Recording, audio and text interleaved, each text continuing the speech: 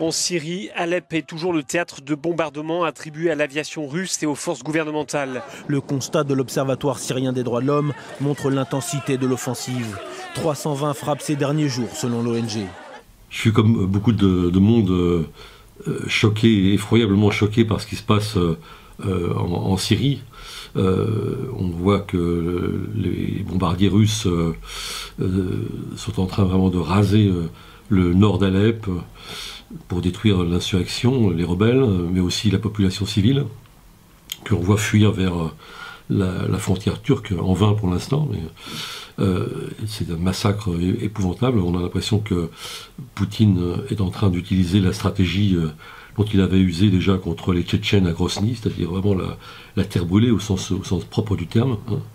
Ce qui me choque également, c'est le silence de la communauté internationale. Alors on a toujours tendance à dire que c'est la lâcheté de la communauté internationale. Bon, j'éviterai un peu cette figure de style qui appelle forcément ensuite une autre réflexion, c'est qu'est-ce que ne serait pas la lâcheté ? Qu'est-ce que serait le courage avec les guillemets? Et le courage face à un régime russe et un régime syrien aux abois qui n'ont aucune limite dans le massacre, ce serait la guerre. Et on peut se féliciter malgré tout que les Américains et les Européens et la communauté internationale ne s'aventurent pas dans cette folie. Sans doute des coches ont été ratées. Il aurait fallu aider en effet les insurgés beaucoup plus tôt, au moment de la fameuse ligne rouge qui a été franchie par Bachar el-Assad avec les armes chimiques. Il aurait fallu les aider en les armant tout simplement avec des armes anti-aériennes. Il aurait fallu pratiquer l'exclusion aérienne pour éviter les bombardements syriens sur les villes. Enfin, tout ça n'a pas été fait. Et aujourd'hui, j'ai le sentiment, et c'est un peu plus qu'une impression, qu'il y a une sorte d'accord inavoué entre les États-Unis et la Russie, que les États-Unis ont renoncé à une solution qui pourrait être une solution démocratique, et si tant est qu'ils ne l'aient jamais souhaité. Mais en tout cas, ils font aujourd'hui le pari de faire cesser le conflit syrien par le bas, le très bas même. Et d'une certaine façon, j'ai l'impression que ce que fait Poutine les arrange. Ils ne le diront pas comme ça, parce que le massacre, eux, ils ont les mains propres dans cette affaire. Poutine fait ça très bien, hélas. Et on va vers une issue du conflit qui passera par la destruction complète de l'insurrection. Il y a une sorte d'accord, en effet, inavoué entre Américains et Russes. Bon.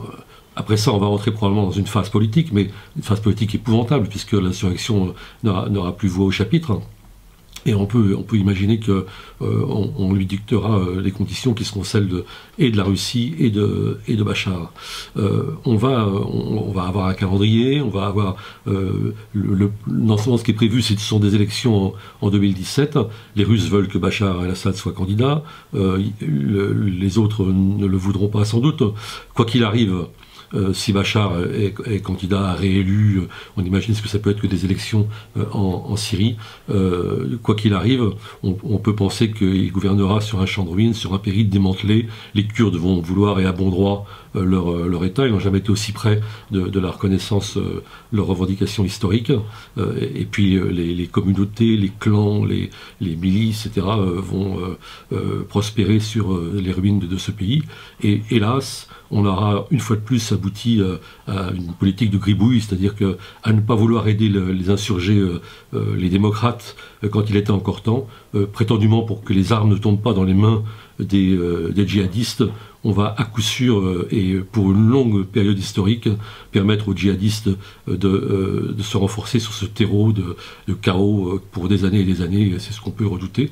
Je regrette aussi le silence de la gauche française et de toutes les gauches françaises, parce que peut-être, je ne sais pas pourquoi, mais enfin, il y a eu effectivement l'effet Daesh qui a joué, les attentats, et peut-être aussi, et je le crains, mais j'ose à peine le soupçonner, une espèce de pensée un peu rétrograde, post-stalinienne, qui serait plus indulgente avec Poutine que si les bombes avaient été américaines. Enfin, j'espère me tromper. La une de cette semaine porte sur l'actualité française.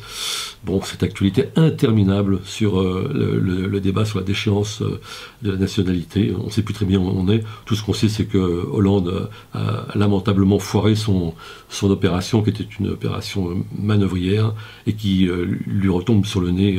Et c'est sans doute très bien ainsi. Malheureusement, le mal est fait. Il est fait aussi en profondeur dans notre société, parce que ça déchire notre société.